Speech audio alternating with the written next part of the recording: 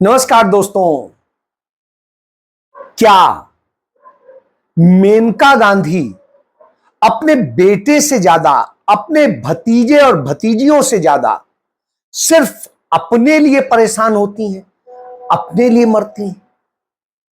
क्या राहुल गांधी को इस देश के लोगों का इतना दर्द है कि उस दर्द में वो देश की, दुनिया की बड़ी ताकतों से भी टक्कर लेने को तैयार है? और क्या इस देश में संविधान और व्यवस्थाएं पूरी तरीके से बदल देने पर नरेंद्र मोदी और उनकी सरकार आमादा है? और क्या राहुल गांधी अब यह मान चुके हैं कि उनकी मेहनत अब देश की सत्ता को पलटने जा रही है? और क्या इस देश की तमाम संस्थाएं अब यह महसूस करने लगी हैं कि नरेंद्र मोदी की सत्ता जाने वाली है और राहुल गांधी के नेतृत्व में इंडिया गठबंधन की सत्ता आने वाली है? और क्या नरेंद्र मोदी भी यह समझ चुके हैं, इसलिए अब वो उल जलूल इस स्तर तक की बातें करने लगे हैं जो गली के गुंडे जैसी बातें हो? जी हां, कमोबेश आज हालात यही दिखाई दे रहे हैं। आज हालत यह है कि नरेंद्र मोदी महाराष्ट्र पहुंचते हैं तो क्या कहते हैं कि गरीब इनके लिए कोई मायने नहीं रखता, उसे तरसा तरसा कर रखते हैं। आज एक गरीब का बेटा आपका सेवक बनकर के प्रधानमंत्री पद से ये जब काम कर रहा है तो एक गरीब विरोधी मानसिकता वाले, शाही परिवार की मानसिकता वाले इसे बर्दाश्त नहीं कर पा रहे हैं। और ये नकली शिवसेना वालों की गरीब से कितनी नफरत है, ये इन्होंने फिर बताया है।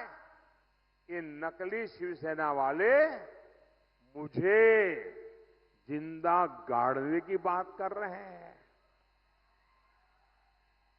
एक तरफ कांग्रेस है जो कहती है मोदी तेरी कब्र खुद देगी, और दूसरी तरफ ये नकली शिवसेना है जो मुझे जिंदा गाड़ने की बात करती है और मुझे गाली देते हुए भी ये लोग तुष्टीकरण का पूरा ध्यान रखते हैं।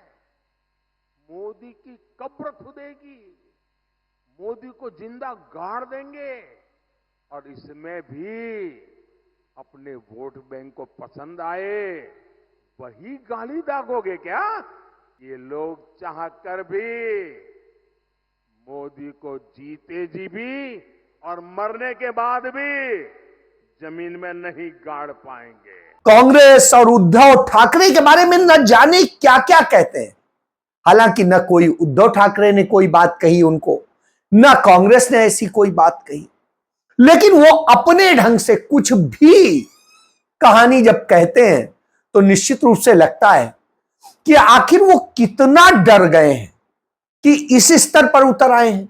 इस देश में महंगाई, गरीबी, भुखमरी, इस देश में बेरोजगारी, मणिपुर, सांप्रदायिक और जातीय संघर्ष, तमाम सारे चल रहे हैं। ऐसी स्थिति में देश को न्याय की जरूरत है, हर तरह के न्याय की जरूरत है। और देश में ही नहीं, देश के बाहर हमारे कूटनीतिक संबंधों में भी न्याय की जरूरत है, जहां हमें सम्मानजनक स्थान मिले, लेकिन उस पर तो वो काम नहीं करते। यह हालत हो जाती है कि मौलवी हमारे सैनिकों को निकाल बाहर कर देता है। उसने 10 मई तक की तारीख दी थी और उस तारीख तक उसने निकाल बाहर किया हमारे सैनिकों को। यह अपमान वो कर रहा है। उसके बावजूद हमारे देश की सरकार, मोदी की सरकार, वहां के विदेश मंत्री के आने पर उनके स्वागत में खड़ी हो जाती है। अब आप समझिए, जब यह हालात हो तो क्या दर्शाते हैं। नेपाल हमें आंख दिखा रहा है, उधर मालदीव हमें आंख दिखा रहा है, उधर चीन ऑलरेडी आंख दिखाई रहा है, हम उसके आगे घुटनों में लेट गए हैं। भूटान हमसे तमाम तरह से वो कर रहा है। और जो हालत है, उन सब हालात में जिस तरह से बिगाड़ा हुआ है वो हमारे लिए खतरनाक। ऐसी स्थिति में देश भी खतरे में है। इनके तमाम नेता कहते हैं संविधान बदलने के लिए 400 चाहिए। इनके संघ प्रमुख यही बात कहते हैं और इनके तमाम जो इनके साहित्य हैं उनमें इसको जस्टिफाई किया जाता है। खुद नरेंद्र मोदी के प्रधान सलाहकार यह बात कहते हैं, तमाम इनके वाइस चांसलर्स यह बात कर रहे होते हैं। तो फिर आप बताइए कैसे न विश्वास करें कि आप संविधान बदलना चाहते। और ऐसे में उनकी वकालत करने कौन उतरता है? नितिन गडकरी, जिन्हें वो लगातार डाउन करते रहे। क्यों? क्योंकि वो राष्ट्रीय अध्यक्ष रहे, कहीं कद ना बढ़ जाए, संघ के करीबी है। वो वकालत करने उतरते हैं, अरे ऐसे थोड़ी नहीं बदल जाता। गजब की स्थिति है। संघी है ना, तो आप समझिए वकालत तो करेंगे ही। आदत होती है संघियों में, जूता खाकर भी, जूता पॉलिश करके भी वो बस वही कहते हैं जो निर्देश आते हैं। इस चीज को हम बार बार देखते आए, वही चीजें। इसके बाद आप देखिए जिस तरह के हालात बन रहे हैं, उन हालात में देखिए मेनका गांधी क्या कहती हैं। मैं ये नहीं कह सकती कि मैं खुश थी, लेकिन वरुण, एक इलेक्शन ही तो है। अगर वरुण में दम है तो अपने आप बहुत कुछ कर पाएगा। और वो बहुत काबिल इंसान है। जब से 28 साल के हैं तब से वो एमपी बने हैं और लाखों में जीतते हैं। और उसकी जो काबिलियत है वो लिखने में भी है, प्रचार में भी है, बीसों चीज़ों में है। He is the author of 2 economic best sellers. नहीं, उसने जो लिखा पढ़ा वो मुद्दों पर लिखा और लिखते ही रहेंगे। राहुल गांधी के बारे में क्या सोचती हैं? I really don't think that he has evolved at all. You know, ये केवल पदयात्रा करने से कोई इवॉल्व तो होता नहीं है। ये इश्यूज लेना, गहराई से इनको स्टडी करना, एक नेतृत्व देना, बहादुरी दिखाना, ये सब जाते हैं नेता बनने में। I am not so sure that he is evolved. और Priyanka Gandhi? Same applies here. तो वरुण आपके कैंपेन में कैंपेनिंग करने आएंगे? अब वो आना चाहता है, लेकिन हम सोच रहे हैं कि फिलहाल तो ज़रूरत नहीं है, लेकिन अगर वो आना चाहता है तो we'll see. मेनका गांधी 8 बार की सांसद हैं। निश्चित रूप से उन्हें कहना चाहिए था अपने पार्टी नेतृत्व से कि आप भले ही मुझे टिकट मत दो, मेरे बेटे को दो। मेरा बेटा मुद्दों को उठाता रहा है, मेरा बेटा सही बातें करता रहा है और वो आपकी पार्टी के प्रति भी वफादार रहा है, किसी दूसरे में नहीं गया है, इसलिए उसे टिकट दो। तो यह बात कहने की बजाय वो पहले अपनी टिकट के लिए पैरवी करती है, अपनी टिकट के लिए इस हद तक गिर जाती हैं कि जिस सुल्तानपुर से बेटा सांसद था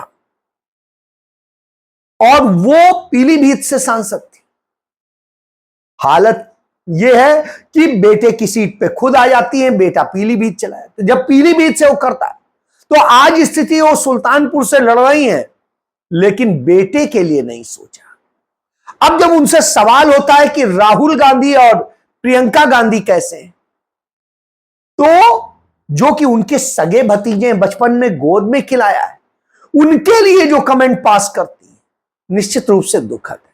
मैं कह सकता हूं कि बेटे का भविष्य खुद मां बर्बाद कर रही हो, यह हम पहली बार देख रहे हैं। इतनी स्वार्थी मां, जिसने बार बार पाले बदले, पहले अपने पति के नाम का पाला बदला, उनके नाम से संजय विचार मंच बनाया था, वो खत्म कर दिया। संजय के विचार चले गए वो तमाम चीजें, और बार बार पार्टियां बदली, बार बार चीजें बदली, किसी तरह बस हम सांसद बने रहे। आज भी वही कर रही, समझ लीजिए। चलिए आगे बढ़। इन सब स्थितियां, साजिशें रची जा रही हो, इनके लिए राहुल गांधी ने कल ही आगाह किया था कि मोदी सरकार किस किस तरह की साजिशें रच रही है। देश की शक्ति, देश के युवाओं, नरेंद्र मोदी के हाथ से चुनाव निकल रहा है। वो स्लिप कर रहे हैं और हिंदुस्तान के प्रधानमंत्री नहीं बनेंगे। उन्होंने डिसीजन ले लिया है कि अगले 4-5 दिन में आपके ध्यान को भटकाना है, कुछ ना कुछ ड्रामा करना है। आपके ध्यान को भटकना नहीं चाहिए। और साजिशें रच रही है जिससे आप मुद्दों से हट जाए, और वो आज दिखाई दे रहा है। ऐसी स्थिति में राहुल गांधी आज जब कन्नौज पहुंचते हैं, और कन्नौज में वो आज जब हुंकार भरते हैं, तो भाजपा हिल जाती है, नरेंद्र मोदी हिल जाते हैं। अभी आपने कहा कि आपकी 250 गाड़ियों को रोका गया है। मैं आपको बताना चाहता हूं, 250 रोको, 400 रोको, 1000 रोको, कोई फर्क नहीं पड़ने वाला है। जितनी रोकनी है रोको। यहां पे इंडिया गठबंधन की जीत होगी, अखिलेश यादव की जीत होगी। और उत्तर प्रदेश में आप देखना, मैं आपको लिख के दे रहा हूं, उत्तर प्रदेश में इंडिया गठबंधन का तूफान आ रहा है। वो कानपुर में कहते हैं मोदी की तो कहानी खत्म हो गई। भाई और बहनों, शुरुआत में मैं आपको कह देता हूं, जो बात आपको हिंदुस्तान की मीडिया कभी नहीं कहेगी, मगर जो बात सच है, 2024 4 जून नरेंद्र मोदी हिंदुस्तान के प्रधानमंत्री नहीं रहेंगे। आप लिख के ले लो, आप लिख के ले लो, नरेंद्र मोदी जी हिंदुस्तान के प्रधानमंत्री नहीं बन सकते हैं। हमने जो करना था, जो काम, जो मेहनत करनी थी, हमने कर दी है। अब आप देखना, उत्तर प्रदेश में हमारे गठबंधन को 50 से कम एक सीट नहीं मिलने वाली है, और बाकी देश में हर प्रदेश में हमने बीजेपी को रोका है।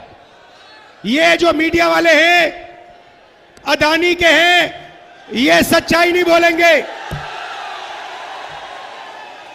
ये हमारे भाई हैं, इनसे हम मोहब्बत करते हैं, प्यार करते हैं, मगर इनको सैलरी लेनी है बेचारों को, इसीलिए ये सच्चाई नहीं लिख सकते। बच्चे पालने हैं इनको। मगर अगर आप अभी इनके चेहरे देखोगे तो ये भी मुस्कुरा रहे हैं, क्योंकि इनको भी पता लग रहा है कि जो राहुल गांधी बोल रहा है वो सच है, और नरेंद्र मोदी प्रधानमंत्री नहीं बन रहा है। खत्म कहानी। जैसे अंग्रेजी में बोलते हैं, गुड बाय, थैंक यू। अब उनका टाटा बाय बाय। पूरी जनता उनको जननायक के रूप में स्वीकार करती है, और जिस तरीके से वो बताते हैं, वो प्लान बताते हैं, वो विजन बताते हैं कि कैसे वो उस कानपुर को, जो कभी एशिया का मैनचेस्टर कहलाता था, उसे वो कैसे फिर से मजबूत करेंगे और कैसे चाइना को टक्कर देंगे। चाइना क्यों घबराता है राहुल गांधी से? इसीलिए घबराता है कि राहुल गांधी आ गए तो जो धंधा मोदी उन्हें दे रहे हैं, जो जमीनें दे रहे हैं, जो घुटने टेके हुए हैं, वो नहीं होगा। तो राहुल गांधी ने उसका भी विजन बता दिया।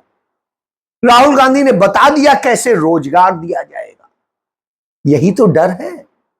राहुल गांधी ने कहा लखनऊ पहुंचते पहुंचते, उन्होंने कहा संविधान खत्म करने की और हक मारने की जो मोदी की राजनीति है, वो राजनीति सिर्फ 10% की और 90% की जो राजनीति है वो संविधान को चाहती है, हक को चाहती है, मुद्दों को चाहती है।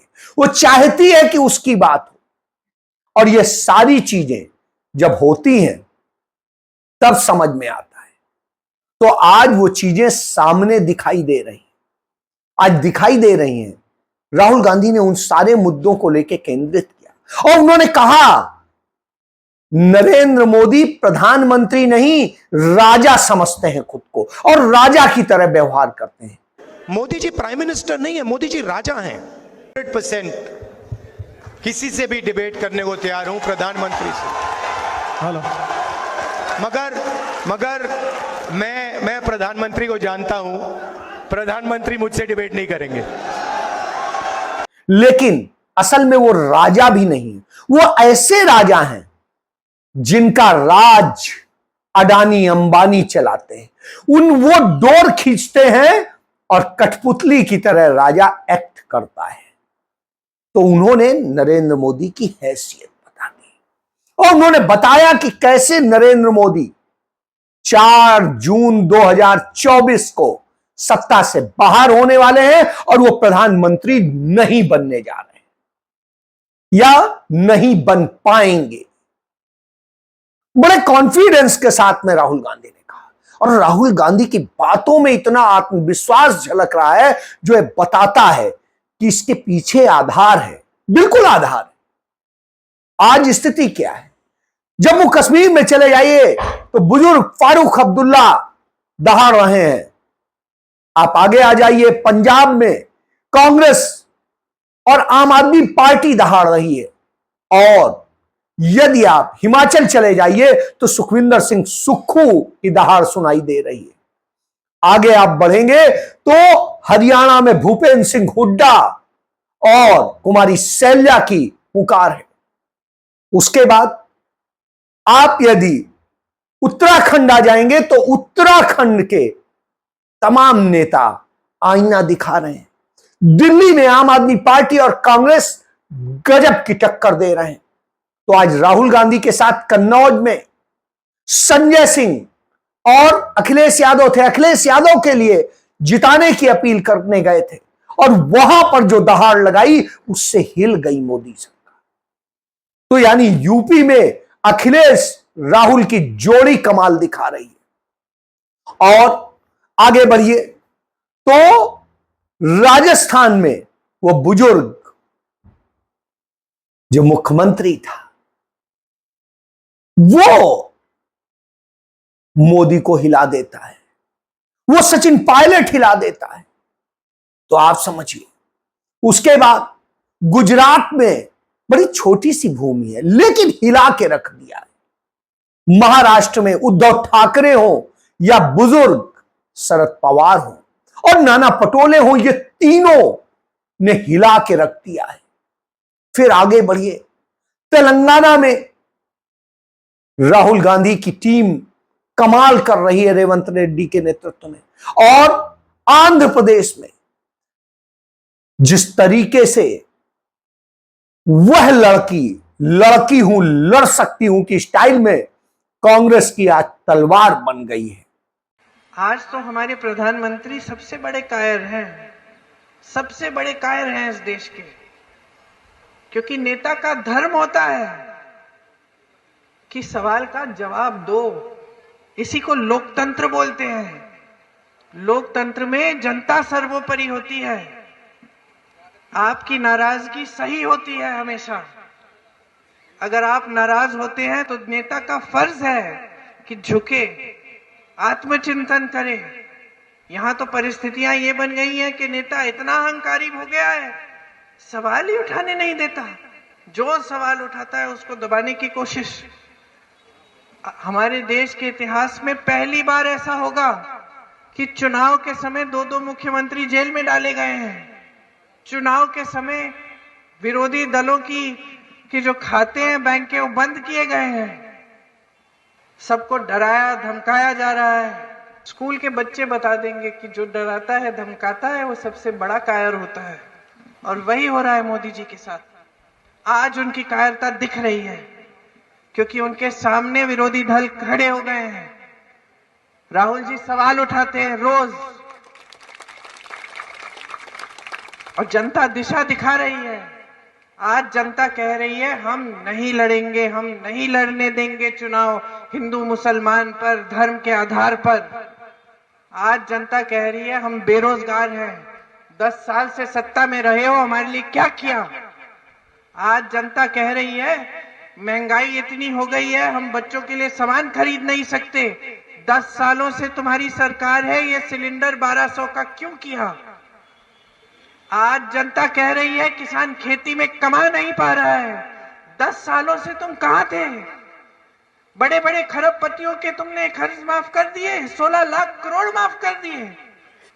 देश का किसान जूझ रहा है, मर रहा है, कर्ज में डूब रहा है, आत्महत्या कर रहा है 1-1 लाख रुपए के लिए, तुम कहां थे 10 सालों से।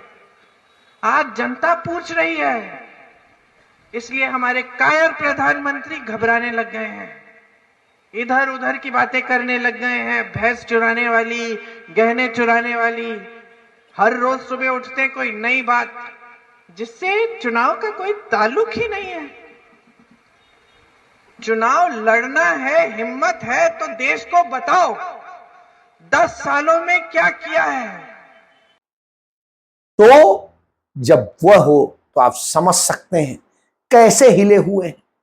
और कर्नाटक में सिद्धारमैया और डीके शिवकुमार की जोड़ी ने बिल्कुल रुला दिया है, तो उधर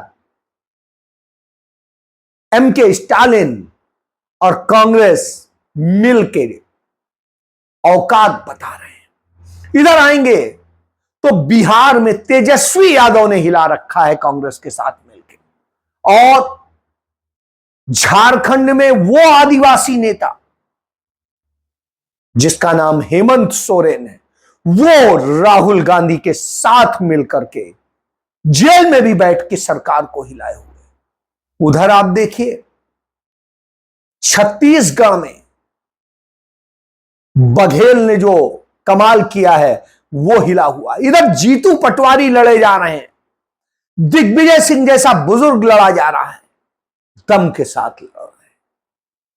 नॉर्थ ईस्ट में वहां की जनता औकात बता रही है।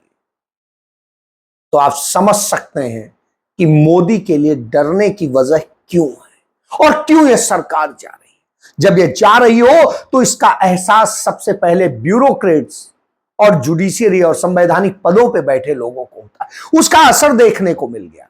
आज सुप्रीम कोर्ट में जो गोदी अदालत कही जाती थी, उस गोदी अदालत से